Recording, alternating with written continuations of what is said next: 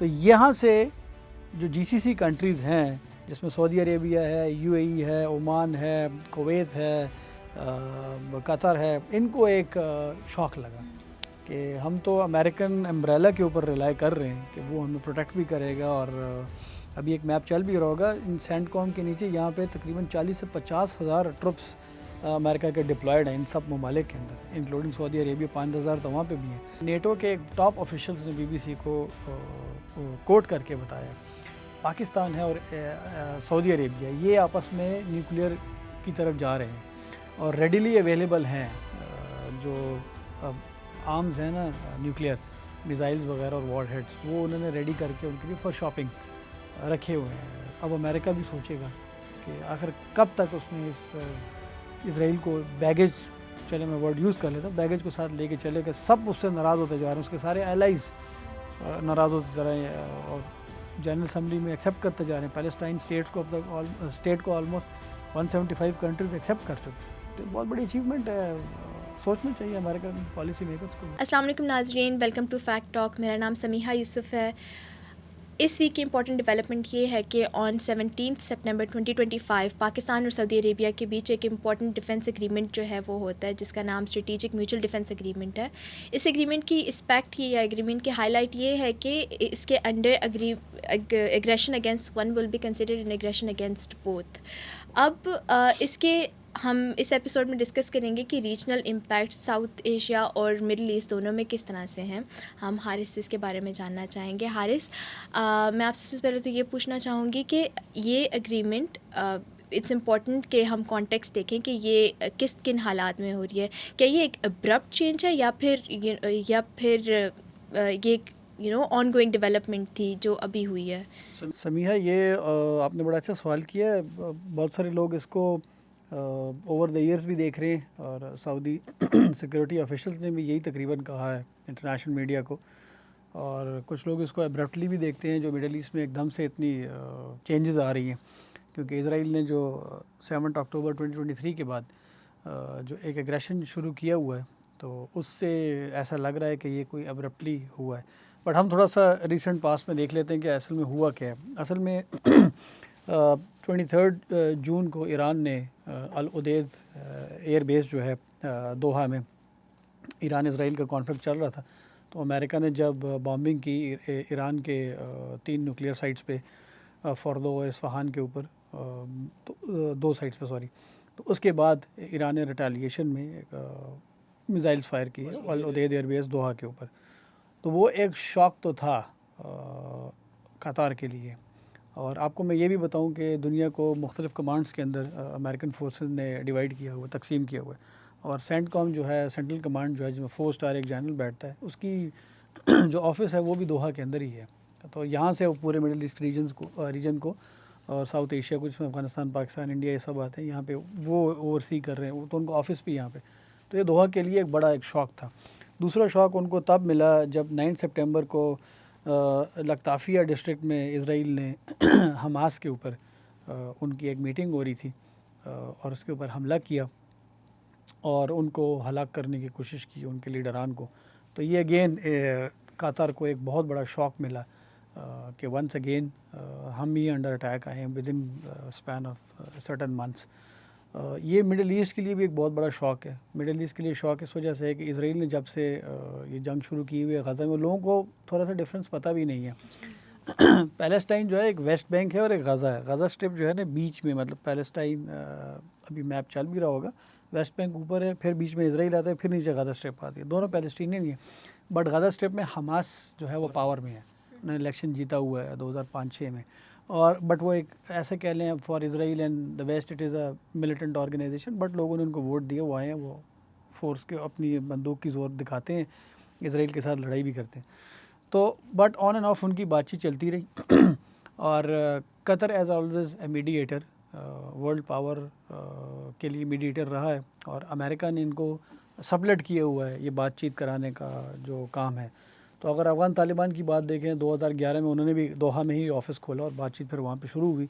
Same goes for Hamas also. जब 2012 में 11 में सीरिया में हालात ख़राब हुए, तो तो हमास के लीडरान को इधर शिफ्ट कर लिया गया अमेरिका के कहने के ऊपर कि या दोहा में आ जाए। तो उस वक्त खालिद मशाल जो हैं chairman of Hamas political bureau, वो आगे यहाँ पे दोहा में रहना शुरू हो गए और दोहा में तब से बातचीत का सिलसिला चल रहा है ऑन एंड ऑफ। अमेरिकन भी कर रहे हैं और इसराइली भी आते हैं। और आपको मैं एक और मज़े की बात बताऊँ, यहाँ तक के डिसाइड हुआ बिटवीन इसराइल एंड कतर कि आप $30 मिलियन दिया करें इनको almost two the tune of year Hamas को, ताकि ये पॉलिटिकल प्रोसेस को आगे लेके चलें। तो बड़ा अच्छा एक प्रोसेस चल रहा था, इसमें कोई ये बात नहीं है।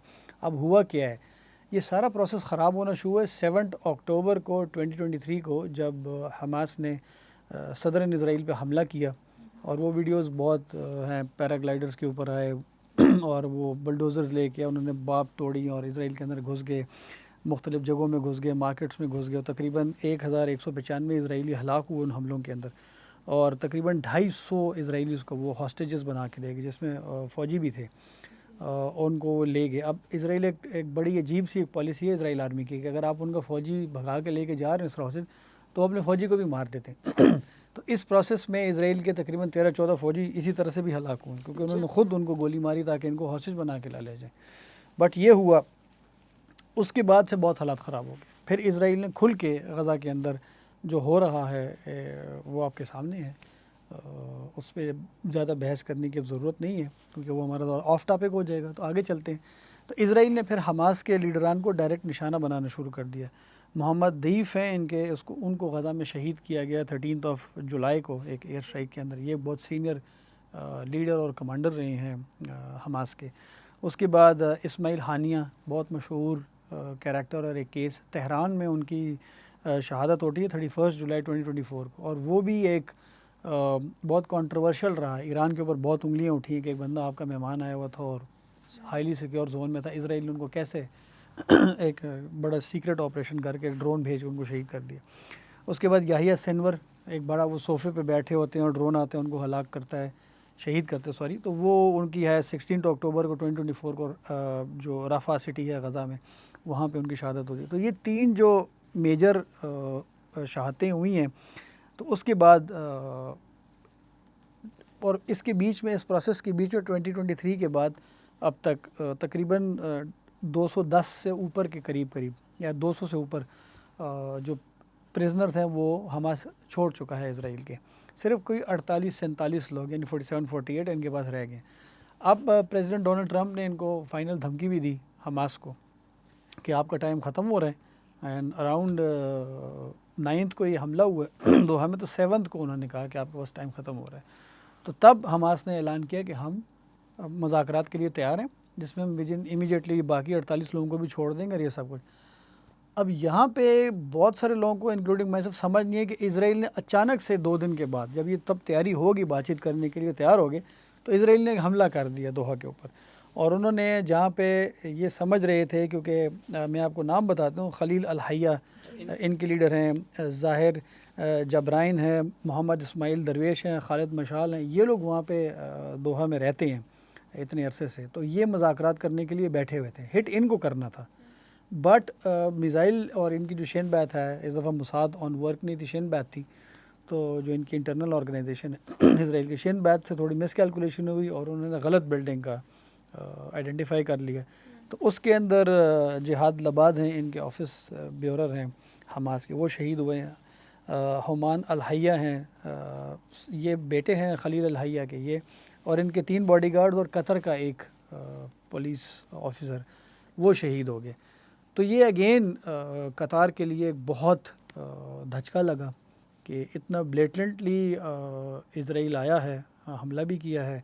अमेरिकन फोर्सेस जो कि यहाँ पे रहती हैं, अल उदैद बहुत बड़ा एयर बेस है अफ़गानिस्तान में, जो B-1B लांसर्स इनके स्ट्रेटेजिक बॉम्बर्स हैं वो यहाँ से आते थे। बहुत सारा कुछ इस रीजन में, अभी ईरान के ऊपर जब ये गए अटैक करने के लिए, तो same goes for Al Udeid इस्तेमाल हुआ, यहाँ से F-22 रैप्टर्स उड़े। तो इसराइल को कतर को ये धचका लगा कि इन्होंने कुछ किया क्यों नहीं। और अगर इसराइल इतना खुलेआम गज़ा में सब कुछ कर रहा है, उसके बाद लेबनान के ऊपर उन्होंने बमबारी की है हिज़्बुल्लाह के टारगेट्स के ऊपर ब्लेटेंटली। सीरिया में उन्होंने द्रूज़, इनकी एक माइनॉरिटी है इसराइल में जो कि दोनों तरफ रहती है, उनको प्रोटेक्ट करने के लिए सीरिया में बहुत मैसिव किस्म की बमबारी की है।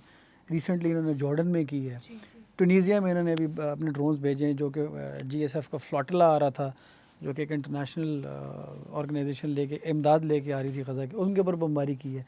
यमन पे ये लोग बमबारी करते रहते हैं, अब इन्होंने कतर पे भी कर दिया। तो पूरे रीजन में इसराइल इतना एग्रेसिवली ऑपरेट कर रहा है और अमेरिका उनको रोक नहीं रहा। तो यहाँ से जो GCC कंट्रीज़ हैं जिसमें सऊदी अरेबिया है, UAE है, ओमान है, कुवैत है, कतर है, इनको एक शौक़ लगा कि हम तो अमेरिकन अम्ब्रेला के ऊपर रिलाई कर रहे हैं कि वो हमें प्रोटेक्ट भी करेगा। और अभी एक मैप चल भी रहा होगा इन सेंटकॉम के नीचे, यहाँ पे तकरीबन 40 से 50 हज़ार ट्रुप्स अमेरिका के डिप्लॉयड हैं इन सब ममालिक के अंदर, इंक्लूडिंग सऊदी अरेबिया 5,000 तो वहाँ पे भी हैं, और सीरिया में और ऐसे सारे मुल्कों के अंदर इनके फोर्सेस डिप्लॉयड हैं। तो अमेरिका ने इनको प्रोटेक्ट क्यों नहीं किया? आखिर वो इसराइल का इतना साथ ले रहा है। तो ये एक स्टेपिंग स्टोन बना ये जो पाकिस्तान और इनका एग्रीमेंट हुआ है।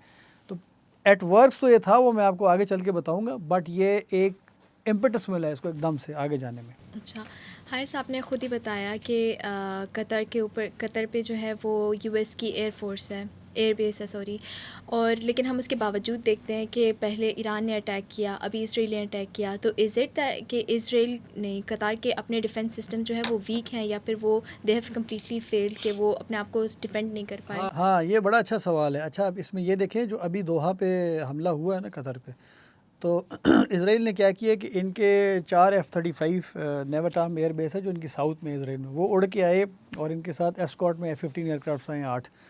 तो वो रेड सी पे उड़ते हुए आए हैं, और जब वो डेजिग्नेटेड स्पॉट पे पहुंचे हैं तो उन्होंने एयरक्राफ्ट से क्रूज़ मिसाइल फायर किए हैं, सॉरी बैलिस्टिक मिसाइल फायर किए हैं।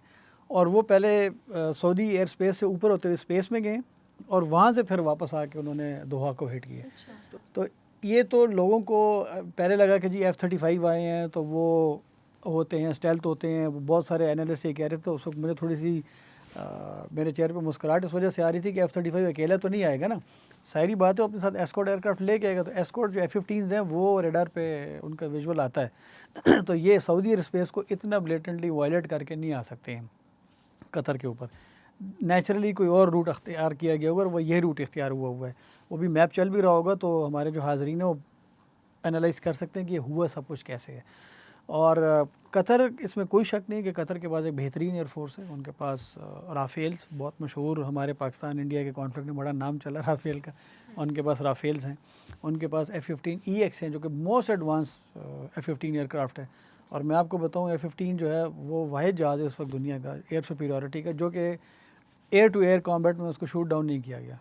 उसका 100 to 0 किल रेशो है अभी तक, मतलब 100 जहाज़ उसके गिरे हैं तो एक ये F-15 नहीं गिरे वो कतर के पास है। यूरोफाइटर टाइफून है उनके पास, स्टेट ऑफ द आर्ट। फिर इनके पास जो कतर ने 2012 से 2019 में पेट्रियट बैटरी जो है PAC एंड PAC-2 वो डिप्लॉय की हुई। अब बैटरी लोग थोड़ा सा ले मैन के लिए मैं समझा दूँ, बैटरी मिलिट्री टर्मिनोलॉजी में इस्तेमाल होती है कि इक्विपमेंट लगा हुआ है, उसको as a whole as a battery कहते हैं। वो रेडार और वो सिस्टम गाइडिंग जो इंटरसेप्ट करेगा और वो गिराएगा मिसाइल को। और नॉर्वेजियन, इनके पास advance surface to air missiles भी हैं, वो भी 2019 में इन्होंने लगाए थे। सब दोनों की 150-200 किलोमीटर की रेंज है। तो ये दोनों दफ़ा कतर फेल होना, इसराइल ईरान ने भी जब फायर किया एंड अगेन फॉर अभी इसराइल ने भी जब फायर की, तो ये इनको रोक नहीं सके। अब ये एक प्ली दी जाती है कि ये जो दोनों सिस्टम्स है, ये ड्रोन को, क्रूज़ मिसाइल को, स्लो मूविंग होते हैं उनको हो सकता है रोक सकता है, बट बैलिस्टिक मिसाइल को। एंड इसराइल ने एक और बड़ा ज़बरदस्त काम किया इस दफ़ा कि उन्होंने एयरक्राफ्ट से जो है बैलिस्टिक मिसाइल फायर किए। अब बैलिस्टिक मिसाइल स्टैटिक टारगेट्स के लिए इस्तेमाल होते हैं और स्टैटिक पोजीशन से फायर होता है। एयरक्राफ्ट से फायर करना एक बहुत यूनिक प्रपोजिशन ऑल टुगेदर है। अमेरिकन ने इसके ऊपर प्रोजेक्ट किया था पर उन्होंने बाद में छोड़ दिया था। कतर दोनों दफ़ा फेल हुआ है और लोग ये अगेन ये कहते हैं कि जी इनका जो बैटरीज लगी हुई हैं वो टुवर्ड्स ईरान लगी हुई हैं या साउथ में यमन की तरफ लगी हुई हैं, और ये इन्होंने गैप सऊदी से एक्सपेक्ट नहीं कर रहे थे कि इस तरफ से आएंगे। तो अगेन आई वुड से कि ईरान से भी तो आए थे। तो देखिए, दो चीज़ें हो सकती हैं, या तो सीड ऑपरेशन है जिसको कहते हैं कि suppression of enemy air defence systems. अभी EW का बहुत ज़्यादा नाम चल रहा है, इलेक्ट्रॉनिक वॉरफेयर का। या तो इसराइल आया है, उन्होंने जैम किया है, उनके कुछ चीज़ें आई हैं सैटेलाइट्स वगैरह से, उन्होंने जैम किया और उन्होंने फिर फायर किया, और लेकिन वो ईरान के केस में तो नहीं था। तो अगेन आई वुड से कि Qatar air forces were very sluggish. I would use नालायकी का लफ्ज़ थोड़ा बुरा लगेगा, स्लगिश, थोड़ा सा स्लगिश का मतलब होता है थोड़ा सा आप सुस्त हैं, तो सुस्ती की वजह से इनके ऊपर ये हुआ, हालांकि ये इनको इंटरसेप्ट कर सकते थे, इसमें कोई वो दो राय नहीं है। तो ये ऑल एंड ऑल कतर के साथ हुआ, हालांकि कर सकते थे but they failed I would say. और एयरफोर्स तो चले इनकी इसमें इस्तेमाल नहीं हो सकती थी क्योंकि वो आई रेड सीज वाली साइड से थे, तो इनको एयरफोर्स तो फिर सऊदी क्रॉस करना पड़ता, एयर स्पेस वो बहुत मुख्तलिफ हो जाता। अमेरिकन भी बार बार कह रहे हैं कि हमारी जो स्पेस फोर्स है उसने डिटेक्ट किया जब ये फायर हुए हैं मिज़ल्स, और बट डोनाल्ड ट्रंप प्रेसिडेंट आए, उन्होंने कुछ भी नहीं कहा, उन्होंने कहा जी ये अच्छा नहीं हुआ। हालांकि फिर अगेन तो ये देखिए ये वो चीज़ें हैं जो कि कतर को सिर्फ नहीं जिटरी बनाती, शेकी कर देती कि भाई ये क्या हो रहा है, मतलब हम तो अमेरिका के अम्ब्रेला के ऊपर रिलाई कर रहे हैं इस रीजन में। सऊदी भी इस तरह से डर गया एकदम से कि ये कल को मेरे साथ भी हो सकता है। बाकी तो मैंने अभी नाम ले लिया, जॉर्डन, इजिप्ट का खैर मैं नाम नहीं लेता, जॉर्डन और लेबनान, उनके ऊपर सीरिया उनके ऊपर तो हो रहे हैं इस तरह के हमले। तो ये एक ये हुआ कतर का फेल्योर जो था वो उनका अपना है, वो उनको मान लेना चाहिए, उनकी चीज़ें उनके पास बहुत बेहतरीन है। और मैं आपको सबसे मज़े की बात बताऊं, इस रीजन का जीडीपी टू डिफेंस जो होता है वो सबसे ज़्यादा, पाकिस्तान का जो जीडीपी टू डिफेंस है वो 2.3% पे हम अपना जीडीपी का डिफेंस पे लगाते हैं। जो लोग पाकिस्तान में आम फहम में बात होती है कि जी 70-80% डिफेंस खा जाता है, ये सर गलत बात है। पाकिस्तान अगर एवरेज निकालनी अपने बजट की तो इट इज़ ऑल ओनली 18% जो डिफेंस पे लगता है। सऊदी अरेबिया 7 to 9% अपने डिफेंस पे लगाता है, कतर 8% लगाता है। इसी तरह से आप उनको देख लें, ओमान को 5.7%, कुवैत 4.5%, बहरीन 3.1, तो ये बहुत बड़ा अपने डिफेंस के ऊपर लगा रहे हैं। Same goes for UAE 4.5%। State of the art जहाज़ हैं, ग्राउंड फोर्सेस आपके पास हैं, पैट्रियट मिसाइल, अभी थर्ड का जो टर्मिनल लेवल के ऊपर आप स्ट्रेटोस्फेयर या एटमॉस्फेयर से ऊपर जाके इंटरसेप्शन करेंगे, वो सऊदी अरेबिया ने अभी डिप्लॉय की, उसकी बैटरीज अमेरिका से ख़रीद के अभी 2025 में, अभी 2-3 महीने पहले। तो आपको इतने अच्छे सिस्टम्स हैं और फिर आपका बहाना नहीं बनता कि आप कहते हैं हमें पता नहीं लगा और यहाँ से आ गए वहाँ से आ गए, बट ये आपके साथ हुआ है। अच्छा, Haris, coming back towards specifically the agreement, तो जो सऊदी और पाकिस्तान की जो डिफेंस पैक्ट है इसकी स्पेसिफिकली जेनेसिस क्या है? हम न्यूक्लियर सिक्योरिटी की अगर बात देखें तो वेस्टर्न जो कंट्रीज़ हैं वो इसके बारे में ज़्यादा बात करते हैं, उनके डिफेंस पैक्ट भी हैं इस बारे में। तो इस एग्रीमेंट के अंदर, इस अम्ब्रेला के अंदर, इस डिफेंस पैक्ट के अम्ब्रेला के अंदर पाकिस्तान किस तरह की प्रोटेक्शन जो है वो प्रोवाइड करेगा सऊदी को? अच्छा, ये देखिए अभी आपने, अभी मैंने जिस तरह भी बताया कि एक प्रिल्यूड हुआ और ये, बट ये ऑन द वर्क्स भी थी ये चीज़ें। मैं आपको लेकर चलता हूँ 2013 में बीबीसी का एक आर्टिकल आया और अभी उसकी वो स्क्रीन पे उसका वो भी चल रहा होगा लोग उसको मिस कर गए, बड़ा एक्यूरेट आर्टिकल, तो पढ़ना चाहिए।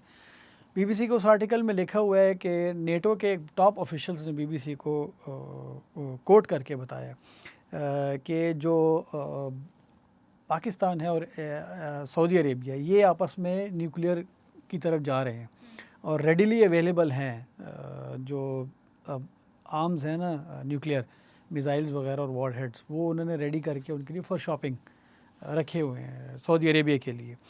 उसी आर्टिकल में एमॉस यादलिन हैं, farmer head of military intelligence Israel के, उन्होंने भी उनको कंफर्म किया, ये मैं 2013 की बात कर रहा हूँ, उन्होंने भी उनको कंफर्म किया बीबीसी को कि हाँ उसमें कुछ और लोग भी हैं। उनमें किंग अब्दुल्ला का एक वाक़या, जो अभी किंग अब्दुल्ला बिन अब्दुल फौत हो गई, किंग सलमान के जो वालिद साहब हैं, उनका नाम भी MBS तो मोहम्मद बिन सलमान है, इनके वालिद साहब किंग सलमान है।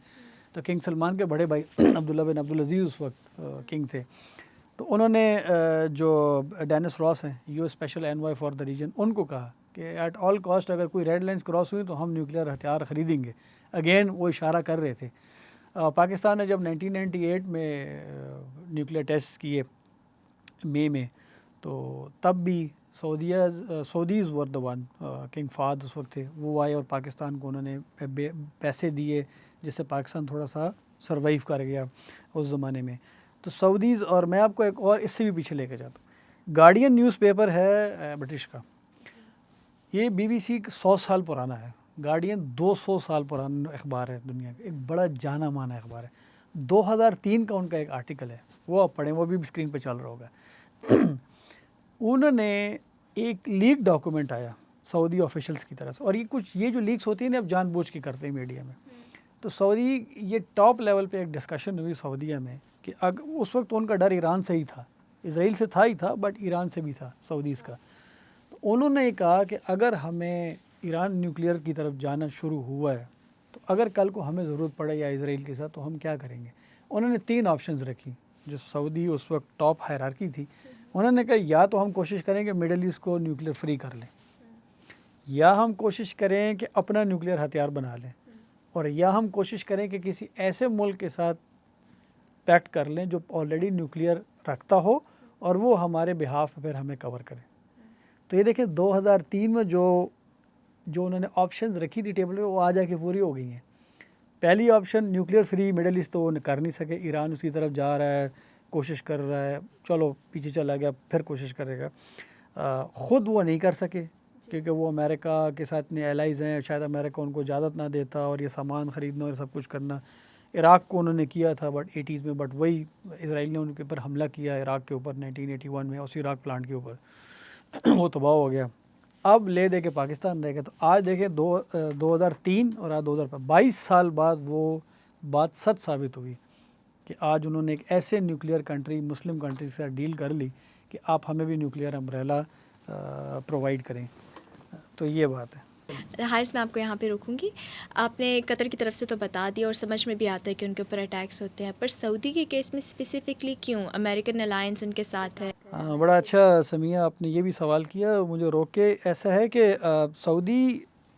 सऊदीज़ जो है ना उनकी यमन के साथ जंग शुरू हुई 2015 में, और उन्होंने मोहम्मद बिन सलमान जो अभी MBA से ही उस वक्त डिफेंस मिनिस्टर थे, और उन्होंने बाद में कोलिशन भी बनाई एंटी टेररिज्म मुस्लिम अलायंस, इस तरह करके एक नाम है, मैं शायद भूल रहा हूँ। तो वो उन्होंने बनाई, और जनरल राइल शरीफ उसके पहले कमांडर जो अभी तक हैं। हुआ ये कि 2019 में कुरैस और अबकाइक जो ऑयल फील्ड्स हैं जो कि बिल्कुल ईस्ट में हैं सऊदी अरेबिया के, इसके ऊपर यमन से ड्रोन्स आए और उन्होंने आके वहाँ पे हिट किया और बड़ी तबाही मचाई, और सऊदी अरेबिया का जो 50% ऑयल प्रोडक्शन है वो रुका कुछ अरसे के लिए, जिस वजह से स्पाइक भी आया। मैं जो आपको वही कह रहा हूँ कि दोहा जिस तरह अभी, कतर जिस तरह अभी एक जिटरी हुआ है ना कि ये क्या हुआ हमारे साथ, अमेरिकन तो बैठे हुए हैं, इन्होंने क्यों नहीं रोका। Same goes for Saudi Arabia also at that point of time. उस वक्त इनके पास पेट्रियट और थर्ड मिसाइल बैटरीज नहीं थी डिफेंस के लिए इनको रोके, बट स्टिल उनको एक धचका लगा, क्योंकि आप उनके पास भी F-15 एयरक्राफ्ट्स हैं सऊदीज़ के पास, सऊदीज़ के पास टोर्नेडो भी हैं एयरक्राफ्ट्स, और यूरो फाइटर टाइफून्स भी हैं। उनको रोकना चाहिए था, बट अगेन आप सब चीज़ें तो आपने ले ली हैं, लेकिन एक विल टू फाइट भी होती है ना, तो विल टू फाइट नहीं थी। ये ड्रोन्स को रोक सकते थे, नहीं रोका इन्होंने। ये अमेरिकन पे बहुत ज़्यादा रिलाई कर गए कि जी यही, तो जब अमेरिकन इनको नहीं रोक रहे यमनी ड्रोन्स को और वो आके हिट हुए हैं, तो इनको फिर लगा कि ये कुछ ठीक नहीं है, फील उनको उस वक्त आ गई थी। सेम गोज़ फॉर UAE 2022 में उनके ऊपर भी हिट हुआ, और एडनॉक जो कंपनी है ऑयल की, उनके फ्यूल टैंक्स हिट हुए अबू धाबी में, और अबू धाबी का जो एक्सटेंशन बन रहा है एयरपोर्ट का, अबू धाबी एयरपोर्ट का, by the way it's very beautiful airport, वो भी हिट हुआ। तो और फिर मोहम्मद बिन सलमान ने फॉक्स न्यूज़ को 2023 में इंटरव्यू दिया, उसका भी एक क्लिप चल रहा होगा स्क्रीन के ऊपर। उन्होंने कहा कि अगर अमेरिका फेल कर रहा है हमें प्रोटेक्ट करने में, तो हमारे पास फिर हम कहीं और ऑप्शंस की तरफ जाएंगे।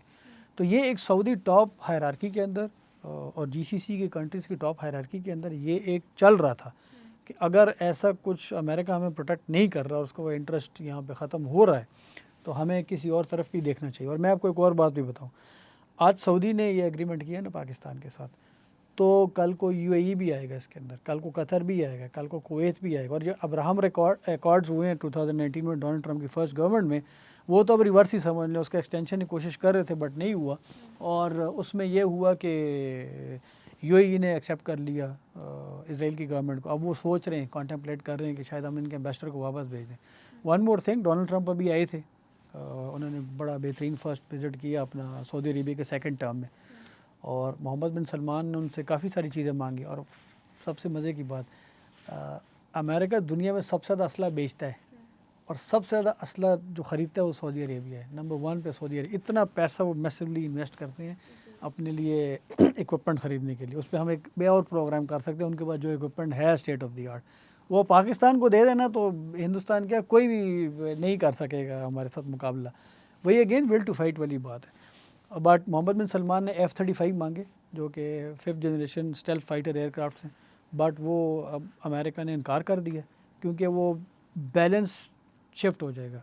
इसराइल के पास F-35 उन्होंने दिए हुए हैं, तो किसी इस रीजन में किसी और को वो F-35 स्टेल्थ एयरक्राफ्ट अमेरिका देने को तैयार नहीं है। अच्छा। तो ये अगेन एक फैक्टर बनता है सऊदीज़ के लिए कि ये तो हमारे साथ मतलब सीरियस नहीं है। कल को अगर इसराइल आता है दोबारा हमला करने के लिए, या लेट से कल को सऊदीज़ पे, अब सऊदी एक रह गए हैं और कुवैत रह गया, बहरीन रह गया, तो इन पे अगर कल को हमला किसी भी प्ली बना के इसराइल करता है और हम नहीं रिस्पॉन्ड कर पाएंगे तो हम अपने लोगों को क्या जवाब देंगे। आज कतर भी थोड़ा सा बैकफुट पे है, सीरिया भी है, लेबनान भी है, जॉर्डन भी, और ये सारे ऑलमोस्ट किंगशिप्स और मोनार्कीज़ के अंदर चल रहे हैं, एक्सेप्ट फॉर लेबनान में थोड़ा बहुत डेमोक्रेसी चलती है। तो ये वजूहत। हारिस, ये तो आपने मिडल ईस्ट का एक डायनामिक बता दिया। अगर हम अपना लेंस जो है वो शिफ्ट करें साउथ एशिया की तरफ, तो how exactly does it impact India, considering हमने इस पे एक एपिसोड भी की थी जिसमें हमने एनालाइज किया था ऑपरेशन सिंदूर के इम्पैक्ट्स और कैसे इंडिया आइसोलेशन फील करे diplomatic and it is flirting with global powers. Viewers वो देख सकते हैं।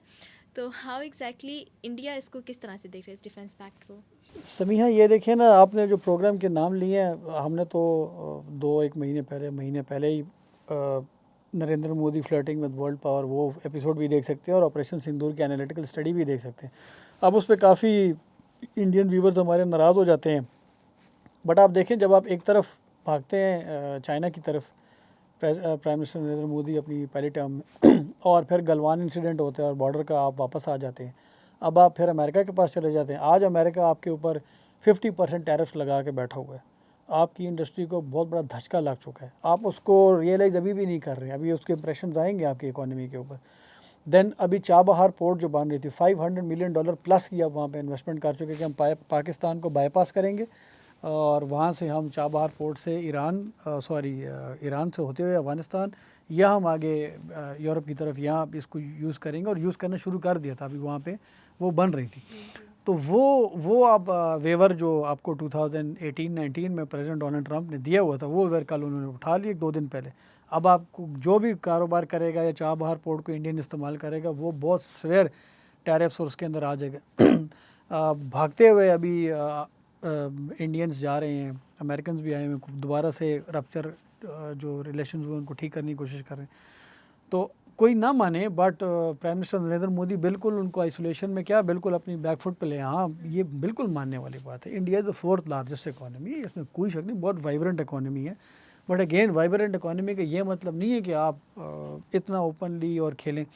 पाकिस्तान के साथ आपने मुकाबला किया अगेन आप कहते हैं कि जी हमने पाकिस्तान, वो जो लफ्ज़ इस्तेमाल करते हैं घुस के मारा, चलें ठीक है, वो आपने कर लिया, टारगेट हिट भी हो गया, एग्री। बट जिन जहाज़ आपकी भी एयर स्पेस में फिर गिरे, वो तो हमारी एयर स्पेस में नहीं है, आपकी एयर स्पेस में गिरे, हमने क्वान्टिफाइबली प्रूव भी करके दिया आपको लास्ट प्रोग्राम में। तो आपने क्या हासिल किया?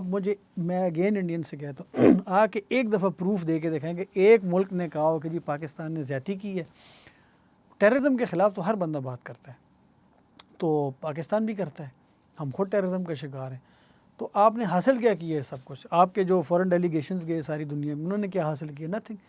तो इंडिया गया है। आप देखें, ये Saudi Arabia, Narendra Modi, prime minister Narendra Modi was in Saudi Arabia जब ये पाकिस्तान के साथ इशू शुरू हुआ अप्रैल के लास्ट और मिड, जब अटैक हुआ था 22 अप्रैल को, ही वॉज ऑलमोस्ट देयर। बड़े अच्छे उनको रिसेप्शन दिया मोहम्मद बिन सलमान ने, बड़े अच्छे उनके साथ एग्रीमेंट्स किए। अब देखें इस पैक्ट का क्या मतलब है। एक का अटैक दोनों पे होगा, दोनों वो तो एक पे तस्वर किया जाएगा। अब पाकिस्तान को ना उनका हथियार चाहिए सऊदी अरेबिया का, ये भी ज़रा क्लियरली फिर अपने आप को समझने के लिए मिलिटरीली समझ लें।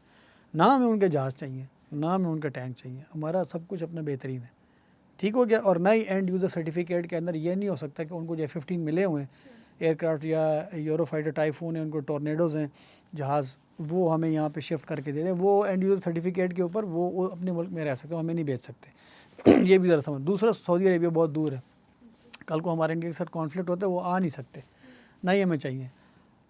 पाकिस्तान एक प्रोलॉन्ग्ड वॉर नहीं संभाल सकता। हमारी इकॉनमी बहुत वीक है। 2019 में सप्लीमेंट्री बजट में सिर्फ POL का जो पाकिस्तान एयरफोर्स का फ्यूल का चार्ज था that was plus 2 billion rupees. 2 अरब का आप सिर्फ पेट्रोल जो JP4 और 6 होता है वो फूक चुके थे जहाज़ उड़ाने के एयर कॉम्बैट एयर पेट्रोल पे। अभी वाले सप्लीमेंट्री बजट आएगा हमारे पास, उसमें हमको पता लग जाएगा। इंडिया इसको कैश ऑन कर देगा, हम प्रोलॉन्ग करें ना इनके साथ तो ये बैठ जाएंगे, और ये है हमारी इकॉनमी की कमी, वो सऊदी अरेबिया पूरी करेगा। आपको वो कहेगा ठीक है आप पे हमला हो गया, इंडिया ने कर दिया, ये लें जी, अब पैसे का कोई मसला नहीं, अभी आपको $1 बिलियन या $2 बिलियन दे देते हैं, आप सस्टेन करें। तो सस्टेनेबिलिटी का वो जो एक गैप है ना वो फिल हो जाएगा। Same goes for Saudi Arabia. हमारे ऑफिसर्स वहाँ पे ऑलरेडी हैं, इंटीरियर मिनिस्ट्री के नीचे और डिफेंस मिनिस्ट्री के नीचे भी उनकी ट्रेनिंग होती रहती है, हमारे ऑफिसर्स जाते हैं, और 2 से 3 हज़ार हमारे ऑफिसर वहाँ पे भी हैं, और नीचे वाले जो हमारा स्टाफ है, सिपाही जवान जिनको कहते हैं या अदर रैंक्स फौज में कहते हैं, वो भी वहाँ पे हैं, तो वो ट्रेनिंग करते रहते हैं। अभी वो जाएंगे। मैं आपको यहाँ पे एक मिसाल दे दूँ अरब इसराइल वॉर की। 1967 की वॉर हो रही थी, फ्लाइट लेफ्टिनेंट सैफुल आज़म, ये वॉज अ बंगाली, तो बांग्लादेश की इंडिपेंडेंस के बाद वहाँ चले गए। उन्होंने इसराइल के 4 जहाज़ गिराए उस जंग में, जॉर्डन की तरफ से उड़ते हुए। और फिर flight lieutenant Sattar Alvi, later में वेरी सीनियर एयरफोर्स ऑफिसर, उन्होंने MiG-21 उड़ाते हुए 1973 की वॉर में इसराइल का मिराज गिराया। तो ये ज़रूर हो सकता है कि हमारे पायलट्स वहाँ जाएँ, उनको ट्रेन कर रहे हों, उनके जहाज़ों के ऊपर उनको टैक्टिक्स वगैरह सिखा रहे हों, बट अगर जंग लग गई इसराइल के साथ तो वो जहाज़ एकदम से उड़ा लें। और ठीक है, वो अंडर द एग्रीमेंट तो नहीं हो सकता जो US के साथ उनके एग्रीमेंट्स है, एंड यूज़र सर्टिफिकेट्स की जो मैं बार बार बात करूँ, बट यू नेवर नो, एक प्रेसिडेंट हमारे पास सेट है। तो इसराइल ये भूल जाए या उनके दुश्मन कि ये नहीं हो सकता। एंड लास्टली न्यूक्लियर अम्ब्रेला की अगर बात करें तो अगेन मैंने आपको 2003 से लेके 13 से लेके चलता लेके आया हूँ, तो ख्वाजा आसिफ साहब की स्टेटमेंट बिल्कुल ऑन रिकॉर्ड है, कल आई है। उन्होंने कहा है कि अगर ज़रूरत हुई तो हम बिल्कुल प्रोवाइड करेंगे न्यूक्लियर अम्ब्रेला। मतलब क्या पता हमारे मिसाइल्स वहाँ पे डिप्लॉयड हों कल को, यू नेवर नो। तो ये भी है। अच्छा, ये देखिए, ये अमेरिका के लिए भी बहुत बड़ा धचका है, और अमेरिका के लिए इसलिए बहुत बड़ा धचका है। देखें, इसराइल को अब कब तक सपोर्ट करेंगे, और इस सिर्फ मैं आपको 2024 की बात बताता हूँ। Ireland European country, Norway European country, Spain European country, Slovenia European country, उन्होंने स्टेट ऑफ पैलेस्टाइन को एक्सेप्ट कर लिया है। और इस दफ़ा जो अभी कुछ दिनों में यूनाइटेड नेशन जो जनरल असम्बली का इजलास होने वाला है, तो उसके अंदर UK, Australia, Belgium, Canada, France भी कह रहे हैं कि शायद हम भी एक्सेप्टेबिलिटी की तरफ चले जाएं। तो कितना आप उसको इसराइल को सपोर्ट करें। अमेरिका की अपनी, अब अमेरिका को ख़ुद भी उनकी इस्टेब्लिशमेंट को समझ आ रही है कि ये एक बैगेज इसराइल बनता जा रहा है, बट क्या करें, उनकी भी मजबूरियाँ, उस पर कभी और प्रोग्राम करेंगे। तो ये वजूहत हैं जी, इन सब को मिला के पाकिस्तान को एक बड़ा अच्छा एक अपॉर्चुनिटी मिली, और वो अपॉर्चुनिटी कैश की गई। Same goes for India, Pakistan के स्टैंड ऑफ में बहुत अच्छी अपॉर्चुनिटी मिली। पाकिस्तान गया, अमेरिका के साथ एक अच्छी डील करके आया, एक इकनॉमिक डील करके आया। बलूचिस्तान में आ रहे हैं वो लोग, ऑयल सेक्टर में और माइनिंग सेक्टर में वो लोग आ रहे हैं अमेरिकन। तो पाकिस्तान पावर प्ले में इस वक्त बहुत बेहतरीन खेल रहा है, इसमें कोई शक नहीं है। एक चीज़ ज़रूर करें अपने जो भी आला ओहदेदार हैं कि अब इंटरनली देखने का टाइम आ गया है। अल्हम्दुलिल्लाह इंटरनेशनली बड़ी अच्छी स्टैंडिंग हो गई है अमेरिका के साथ, और बड़े डेलिकेटली अमेरिका और चाइना के साथ ताल्लुकात हम लेके चल रहे हैं, और वैसे भी होना चाहिए। अब सऊदी अरेबिया को भी आप एनवलप में ले आए हैं अपने एक, और आपको कॉन्फिडेंस आ गया, but it's time to look inwards also. ये TTP का मामला और ये BLA का, इसको भी रोकने का और बिठाने का मामला वक्त आ गया। अच्छा हारिस, अगर हम इस डिफेंस पैक्ट को इन इट्स इंटायरिटी देखें तो बहुत एक्सपर्ट जो है वो ऐसा कहते हैं कि ये जो डिफेंस पैक्ट है it's more about Saudis threat towards Iran than it is towards Israel. तो आपका इसके बारे में क्या इनपुट है? अच्छा, ये जो भी इस एनालिटिकल स्टडी के अंदर जाता है उनसे तो मेरा बड़ा शदीद इख्तलाफ है।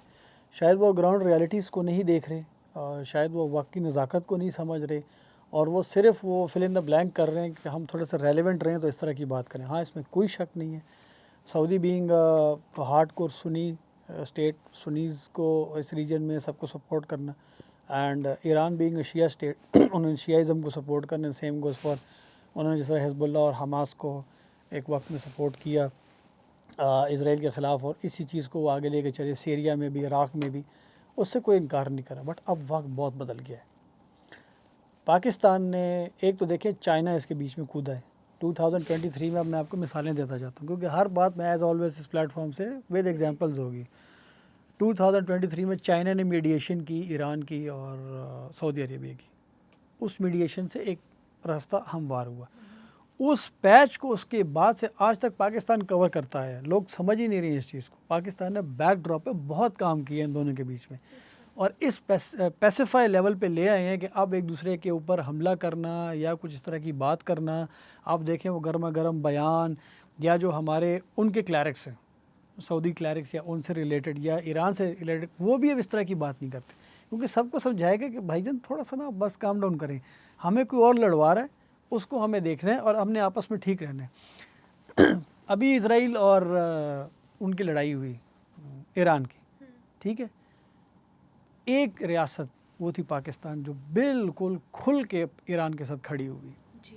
और हर जगह उन्होंने ईरान को सपोर्ट किया, खुलेआम बयान दिए, इसराइल को सख्त अल्फाज में याद किया और हर फोरम पे, चाहे वो OIC हो, इमीडिएट कॉन्फ्रेंसेस हों, UN हो, हर जगह पे उन्होंने फॉरेन ऑफिसर्स से हो उन्होंने ये बयान दिया। उसका आप नतीजा देखें क्या। हालांकि हमने 2024 में BLA के टारगेट सेट किए थे ईरान में, बट उसके बाद बड़ा अच्छा काम डाउन हुआ। आप देखें ईरान आर्मी चीफ जो है अब्दुल रहीम मौसावी, उन्होंने अपनी जो ईरान इसराइल जंग थी उसके बाद पहली कॉल किसको की, आर्मी चीफ आसिम मुनीर को, और शुक्रिया अदा किया। और ये कोई मीडिया की बात नहीं है, उनके भी मिलिट्री ऑफिस ने यही प्रेस रिलीज़ जारी की और हमारे मिलिट्री ऑफिस ने भी यही प्रेस, दोनों कंसेंट से प्रेस रिलीज़ जारी करते हैं, ये भी आप ज़रा समझ लें। दूसरा, ईरान के प्रेसिडेंट जुलाई में उनकी इनाग्रेशन होती है जो कि डॉक्टर मसूद रागसियान है, if I am pronouncing the name right. उनकी इनाग्रेशन हुई जुलाई में and within a week अगस्त में वो पाकिस्तान के स्टेट लेवल विजिट के ऊपर आए और उनको बढ़िया वार्मली वेलकम किया गया। शहबाज शरीफ ने उनको रिसीव किया, लाहौर लेके गया, अल्लामा इकबाल की कब्र पे लेके गए क्योंकि फ़ारसी में उनकी बहुत शायरी है इस वजह से। तो ये आप देखें ये दो, आप ये चीज़ अगर पाकिस्तान ईरान के साथ इतनी अच्छे ताल्लुकात के ऊपर आ गया तो पाकिस्तान अब इसको ख़राब करके एकदम से जो सऊदीज़ के साथ ऐसा पैक्ट करेगा और जो ये लोग कह रहे हैं कि जी ये ईरान के अगेंस्ट हो रहा है, तो पाकिस्तान ये सब कुछ वाटर शेड कर देगा, पानी के साथ बहा देगा। इतने भी तो बेवकूफ़ नहीं है ना जो ऊपर बैठे हुए हैं। थोड़ा सा ना आप एनालिसिस भी गलत कर रहे होते हैं लोग यहाँ पे, यही तो गिरा रहते हैं हमेशा। और आपको सबसे मज़े की बात बताऊँ, ये जो लोग ये एनालिसिस करते जा रहे हैं, तो ये जो सुप्रीम नेशनल सिक्योरिटी काउंसिल के सेक्रेटरी हैं अली लहरजानी, वो परसों रियाद में बैठे हुए थे, सऊदी कैपिटल, मोहम्मद बिन सलमान के साथ। ये तस्वीर अभी भी चल रही होगी उनकी। तो अगर इतने डिफेंस के जो एग्रीमेंट पाकिस्तान और पाकिस्तान और सऊदी अरेबिया ने किया है और सऊदी अरेबिया को न्यूक्लियर अम्ब्रेला मिल गया या पाकिस्तान की फोर्सेस मिल गई हैं और वो ईरान के अगेंस्ट इस्तेमाल होंगी, तो ये अली लहरजानी जो हैं सुप्रीम जो सेक्रेटरी हैं नेशनल सिक्योरिटी काउंसिल के, वो क्यों मोहम्मद बिन सलमान के साथ इतने कॉर्डियल रिलेशनशिप में बैठ के मुज़ाकरात कर रहे हैं, गपशप लगा रहे हैं। ये ईरानी सदर क्यों एकदम से फिर पाकिस्तान आए हैं, उससे पहले उनके आर्मी चीफ ने क्यों हमारा शुक्रिया अदा किया है। तो ये थोड़ा सा ना चीज़ों को समझें, ये इसको दोबारा से उस कॉन्टेक्स्ट में ना देखें। मसला ये आता है कि पाकिस्तान में ना जर्नलिज्म जो है ना बहुत पार्टीजन हो गई है। 98% जर्नलिस्ट जो है, मेरी तो गुजारिश है, ख़ुद अनाउंस कर दें कि हम XYZ पार्टी के स्पोक्समैन हैं या स्पोक्स वुमेन हैं और हम उनका बयानिया लेके यहाँ पे चलेंगे। ये आप बिल्कुल न्यूट्रल हो के ना, ये जर्नलिस्ट का काम है। जो हम यही कर रहे हैं, हम एक फैक्ट्स एंड फिगर के साथ बात करें, जो मेरा सब्जेक्ट है मैं थोड़ा बहुत उस पर तज्जिया दे दूँगा and then I leave it open to the audience to decide. तो all in all, cutting the long story short वाली बात और एक समराइज़ करने वाली बात है, Pakistan stand once again in eye of the storm. वैसे ये थोड़ा नेगेटिव इस्तेमाल होता है but I would use it in the positive way. Trailblazing कर रहे हैं और बड़ा अच्छा डेलिकेटली सबको लेके चल रहे हैं और for Hindustan once again it is a very down run. और पाकिस्तान ने एक बड़ा अच्छा यूनिक अपॉर्चुनिटी आई और उसको अवेल किया और आप देखेंगे आगे बाकी GCC कंट्रीज़ भी इसी अम्ब्रेला के नीचे आएंगे। पाकिस्तान अल्हम्दुलिल्लाह ट्रस्ट की है हमारी फोर्सेस पे और हमारे मुल्क पे, तो इस पर फ़ख्र होना चाहिए, खुशी होनी चाहिए। अगेन इंटरनली मसाइल हैं, उनको अब हल करने का टाइम आ गया, अब एक्सटर्नली बड़ा अच्छा हो गया, तो आप आएँ। और अब अमेरिका भी सोचेगा कि आखिर कब तक उसने इस इसराइल को बैगेज चले मैं वर्ड यूज़ कर लेता हूँ, बैगेज को साथ लेके चले गए, सब उससे नाराज़ होते जा रहे हैं, उसके सारे एलाइज नाराज़ होते जा रहे हैं और जनरल असम्बली में एक्सेप्ट करते जा रहे हैं। पैलेस्टाइन स्टेट को ऑलमोस्ट 175 कंट्रीज एक्सेप्ट कर चुके हैं। तो बहुत बड़ी अचीवमेंट है, सोचना चाहिए हमारे पॉलिसी मेकर्स को भी। बहुत शुक्रिया हारिस साहब की इंसाइट का। आज के एपिसोड में हमने इस माइलस्टोन को डिस्कस किया, पाकिस्तान और सऊदी अरब की जो डिफेंस पैक्ट है और इसके किस तरह से इम्पैक्ट आ रहे हैं रीजन के ऊपर, बोथ साउथ एशिया में और मिडल ईस्ट के ऊपर। अगर आपको एपिसोड अच्छी लगी हुई तो do tune in to find out more. हम नेक्स्ट वीक भी एक नई डेवलपमेंट के साथ हाजिर होंगे। Thank you so much.